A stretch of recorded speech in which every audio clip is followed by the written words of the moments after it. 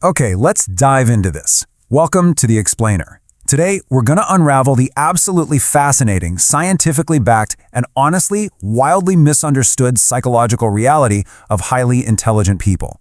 We're pulling directly from decades of cognitive psychology research to look at what's really happening inside a highly gifted mind. So, I want you to take a second and just picture a genius in your head. Got it? Now, if you're relying on movies and pop culture, you're probably imagining someone who's, hyper-confident, maybe a little loud, constantly solving complex equations on a glass whiteboard out loud, and making absolutely sure everyone in the room knows exactly how smart they are. But is that actually accurate? Well, cognitive psychologists have found that true cognitive brilliance often shatters that whole Hollywood stereotype. Now, what's really interesting about this slide is that instead of that loud confidence we expect, the reality of a high IQ often involves being really quiet, dealing with persistent self-doubt, feeling easily overwhelmed by environments, and needing a ton of solitude. It turns out a very high IQ doesn't just make a person smarter, it fundamentally changes how they process the entire world around them. So, to truly understand the inner workings of the high IQ brain, we're going to organize 11 scientifically backed psychological traits into 4 distinct themes today: the social disconnect, the unquiet mind, depth and doubt, and finally, the burden of complexity. Let's get started. All right, kicking things off with Section 1, the social disconnect, and why solitude is actually fuel. Highly intelligent people are so often labeled as aloof or even antisocial.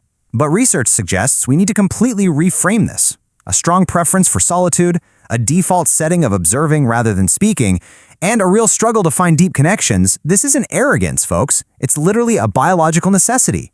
Because a high IQ brain is constantly analyzing every single layer of a room.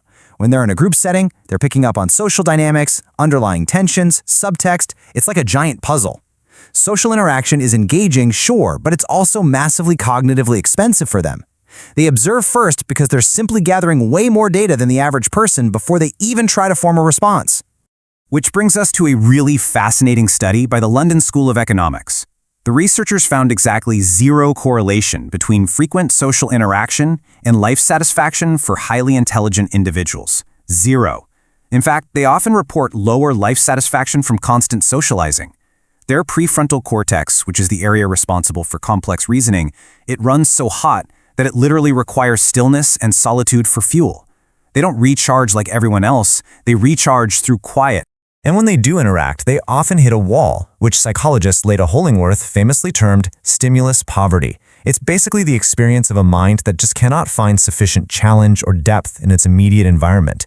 So when a highly intelligent person holds back in a conversation, it's not because they think they're better than everyone else. Actually, it's a quiet longing for real conversation.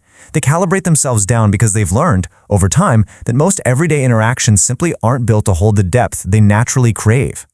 Moving right along to Section 2, the unquiet mind. Imagine a brain that just never stops. Just picture the neurological engine of a brain that literally cannot find the off switch. If you have a high IQ, your mind is constantly running background processes, turning over problems, building theories, simulating the future. They never truly quiet down, they get bored incredibly quickly, and surprisingly enough, they procrastinate the hardest on their most meaningful work. Neuroscientist Rex Jung at the University of New Mexico found that higher intelligence actually means richer connectivity across really distant regions of the brain. So they aren't just processing faster, they're making simultaneous connections across this massive, glowing network of ideas. And that constant connectivity is exactly why getting real rest is so difficult for them. And this brilliantly illustrates the chemical reality of that unquiet mind, which really comes down to dopamine in the prefrontal cortex.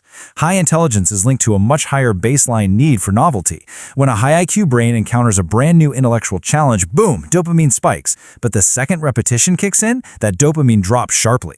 This low tolerance for repetition isn't just a bad attitude or being difficult. It is a profound physiological restlessness. The brain is literally running a desperate search for the stimulation it was built to process.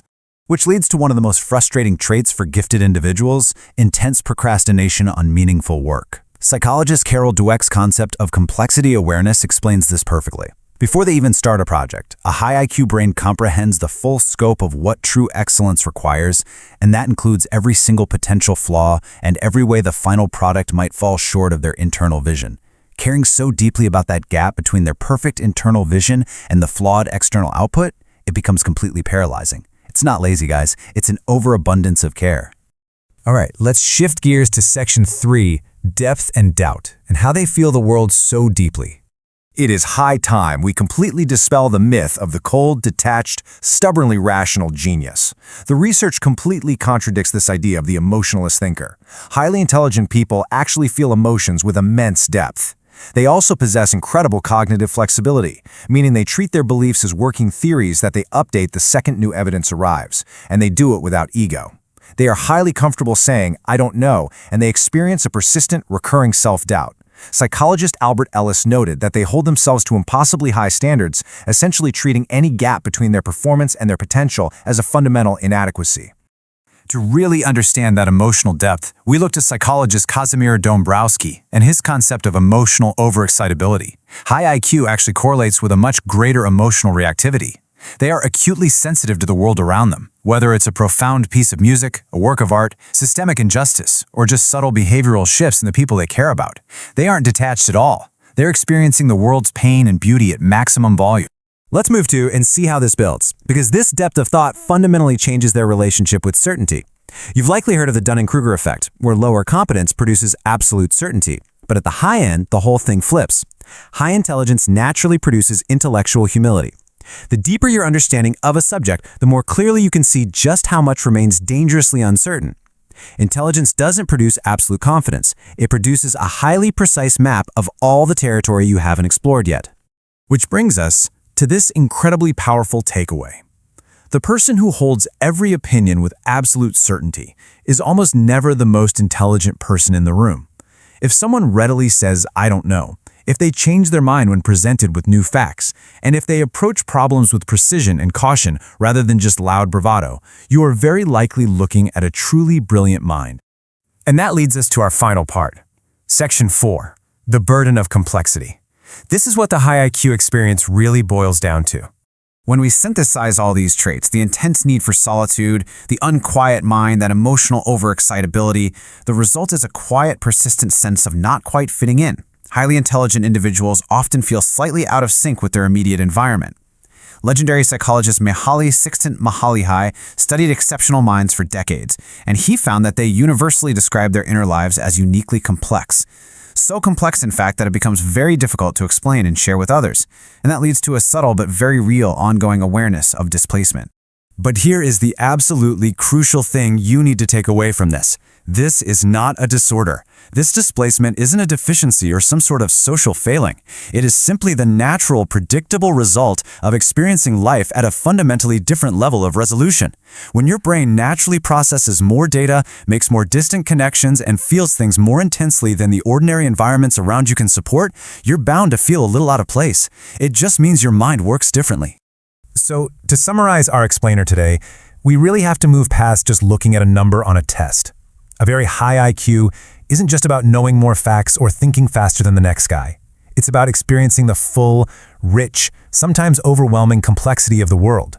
Traits like a deep need for solitude, high baseline anxiety, and intense emotional sensitivity, they aren't flaws to be fixed. They are just the natural side effects of a mind operating with almost no filter between it and the universe. So I'll leave you with this question to ponder. Are you, or is someone you know, living life at this higher resolution? I want you to think about the people in your life who observe quietly, who doubt themselves deeply despite their obvious brilliance, and who crave profound connection. Understanding these traits gives us a completely new, much more empathetic way to appreciate what a gifted mind actually looks like. Thank you so much for joining me on this explainer, and remember, keep questioning the world around you.